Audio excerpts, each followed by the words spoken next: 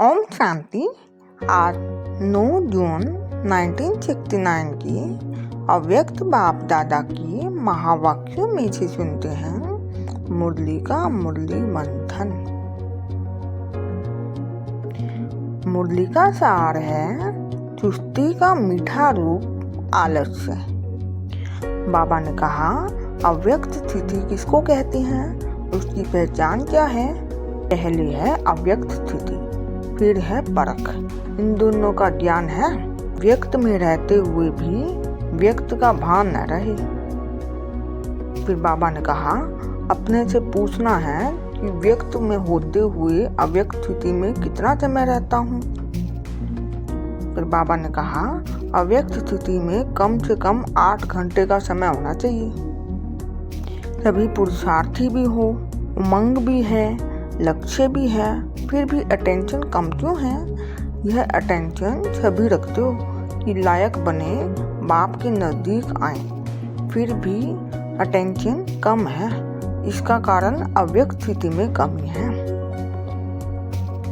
फिर बाबा ने कहा चुस्ती का मीठा रूप है आलस्य। आलस्य भी कई प्रकार का होता है, जो किसी न किसी रूप में आलस्य और अलबेलापन में आ जाते हैं। फिर बाबा ने कहा ज्ञान तो समझ लिया, सर्विस तो कर रहे हैं, चल ही रहे हैं। यह तृप्त आत्मा इस रूप से नहीं बनना है। पुरुषार्थ में तड़प होना चाहिए। जैसे बांधेलियां तड़पती हैं तो पुरुषार्थ में तीव्र करती हैं, और जो बांधेली नहीं वह तृप्त होती हैं लेकिन अलबेले हो जाते हैं। फिर बाबा ने कहा हमेशा समझो कि हम नंबर 1 पुरुषार्थी बन रहे हैं। फिर बाबा ने कहा आप अभी बच्चे रूप में मीठा मीठा पुरुषार्थ तो कर रहे हो, राज्य के अधिकारी तो बन गए, लेकिन ये ढीला और मीठा पुरुषार्थ अब नहीं चल सकेगा। जितना जितना शक्ति रूप में होंगी तो पुरुषार्थ भी शक्तिशाली होगा। फिर बाबा ने कहा सवेरे उठते ही पुरुषार्थ में शक्ति भरने के लिए कोई न कोई ज्ञान की पॉइंट सामने रखो। जैसे अमृत वेले रू रिहान करते हो, वैसे ही पुरुषार्थ को पावरफुल बनाने के लिए ज्ञान की पॉइंट बुद्धि में दौड़ाते रहो। फिर बाबा ने कहा अब यही समझना है कि समय थोड़ा है, उसमें पुरुषार्थ का प्रोग्राम रखना है। यह विशेष पुरुषार्थ करने का लक्ष्य रख आगे बढ़ना है। फिर बाबा ने कहा परीक्षाएं कड़ी आने वाली हैं, उसका सामना करने के लिए पुरुषार्थ भी कड़ा चाहिए। फिर बाबा ने कहा मुख्य श्रीमत क्या है।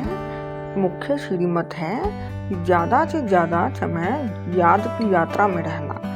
इस याद की यात्रा में पवित्रता, दैवी गुण और सर्विस की सफलता भी होगी। फिर बाबा ने कहा आपका याद का चार्ट भी 75% तक होना चाहिए। इसको कहेंगे पूरी पूरी श्रीमत पर चलने वाले। फिर बाबा ने कहा जो बाप दादा का कार्य है उसमें जो नजदीक होगा वही वहाँ श्री कृष्ण के साथ खेल करेंगे। फिर बाबा ने कहा नजदीक होने की परीक्षा होगी। हर एक को अपने से पूछना चाहिए जितनी बुद्धि, जितना तन, मन और धन और जितना समय लौकिक जिम्मेवारी भी देते हो उतना ही इस तरफ देते हो। बाबा ने कहा अगर दोनों तरफ बैलेंस होगा तो भी नजदीक गिना जाएगा। ओम शांति।